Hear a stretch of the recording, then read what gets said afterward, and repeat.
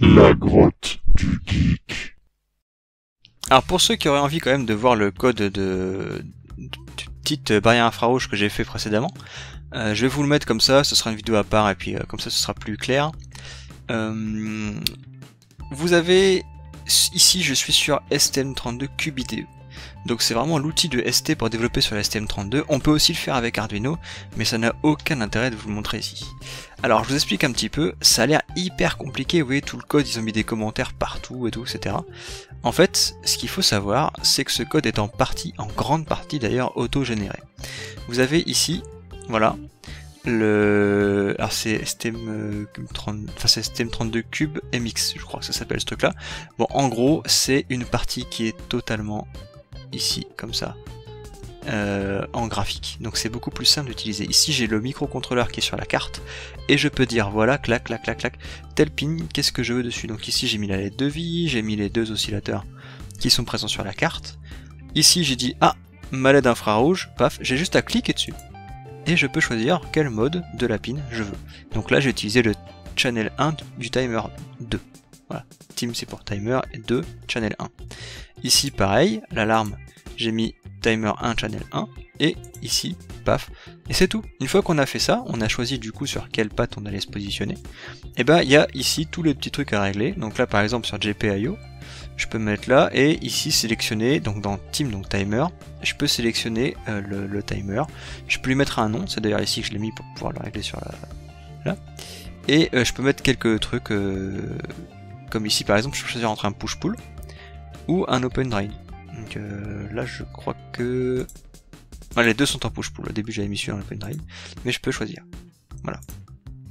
Après au niveau du GPIO, ah oui, pour ceux qui ne savent pas ce que c'est push-pull et open drain, en push-pull le microcontrôleur il va injecter 3.3, injecter 0, alors qu'en open drain il va jamais injecter 3.3, il va juste tirer à 0 quand il est activé, c'est tout. Voilà, ensuite au niveau des entrées-sorties, donc là bah, j'ai mis par exemple le récepteur, et bien en fait on l'a mis en input, j'ai mis une pull-up parce que le récepteur n'a pas, et ici, hop, j'ai donné son petit nom, et puis là la sortie pour la LED de vie, open drain c'est pareil, bon ça c'était des réglages de la carte quoi. Et vous voyez un petit peu tous ces réglages là, ils sont assez faciles à faire en fait, et là c'est un peu plus compliqué, du coup ça j'ai un peu galère à faire.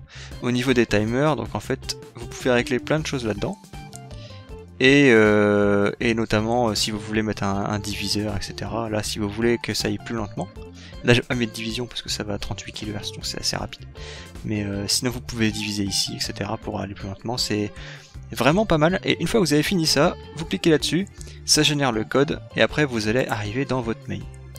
Alors là, tout ça, là, on n'en tient pas compte, c'est pas moi qui l'ai fait. Même ça, c'était déjà généré par eux. Et ensuite, voilà, ces trucs-là, là, on peut pas les inventer.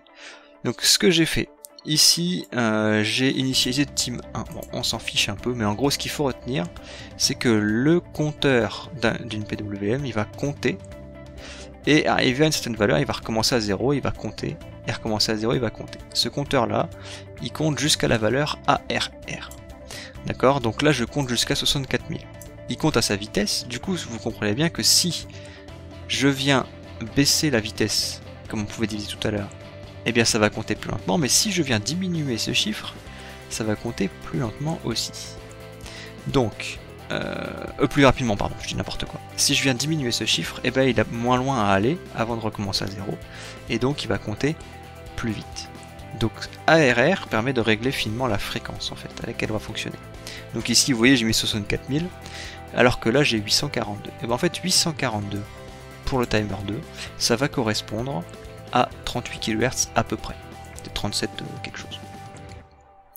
Et ensuite le CCR1, parce que vous avez dû repérer qu'il y avait quand même une deuxième valeur, c'est la... En fait c'est une PWM, donc Pulse Width Modulation, une modulation de largeur de pulse.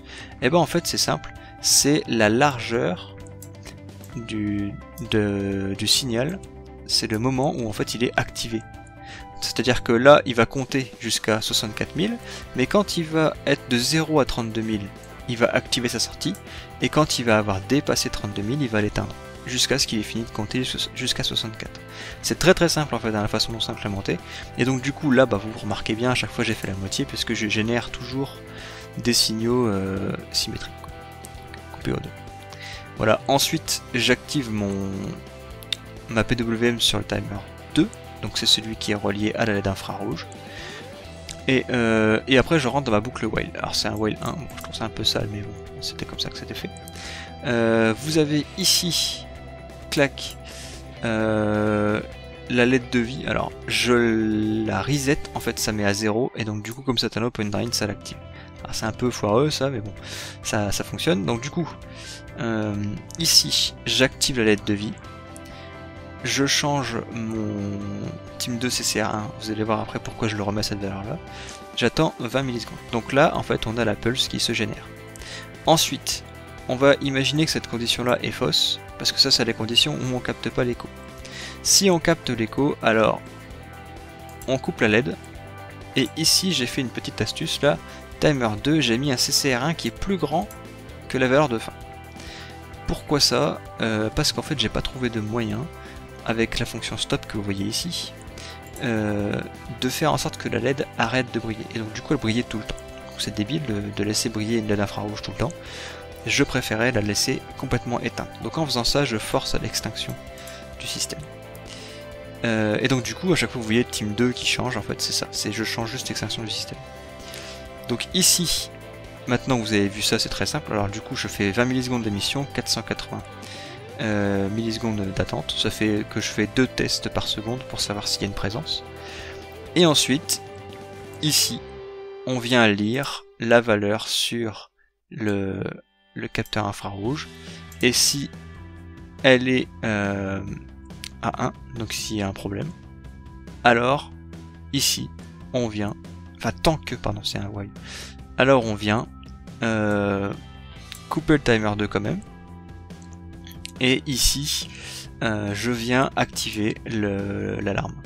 Et l'alarme, en fait, c'est très simple.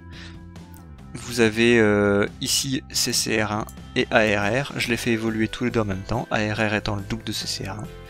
Et je fais aller ça, donc de la fréquence grave, donc avec ARR égale 64000, à la fréquence aiguë, ARR égale 8000.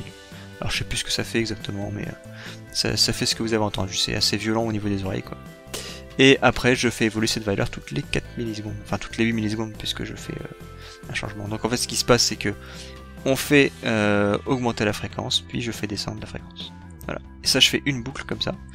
Et au milieu, vous voyez j'ai vu ce petit truc là, en fait au milieu, quand donc je fais un truc qui fait oui, arrivé en haut, je réactive mon émission pour refaire un test au niveau du capteur infrarouge, le temps que la sirène redescende là, et ensuite j'arrête, j'arrête l'alarme et je viens refaire un test.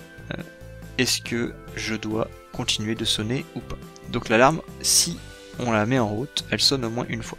Elle fait au moins c'est tout. Alors, désolé pour l'interprétation vocale, c'est pas terrible, mais au moins vous comprenez un petit peu ce que ça fait. Voilà, et après bon, on arrive ici, c'est-à-dire si tout se passe bien, on tourne en boucle. Voilà. Et après tout le reste, c'est tous les trucs d'initialisation, ça a été généré par MX tout à l'heure qu'on a vu. Voilà, vous avez vu ici MX. Voilà, bon c'est tout pour cette petite vidéo, c'était histoire de vous montrer un peu le code. Si vous voulez le partage du code, je peux le faire, mais franchement je vois pas l'intérêt parce que vous allez le refaire en 5 minutes avec MX. Donc ça devrait aller. Voilà, et bien c'est tout pour cette vidéo, j'espère que ça vous a plu et que ça vous aidera. Passez une excellente fin de journée, on se retrouve très bientôt pour une prochaine vidéo.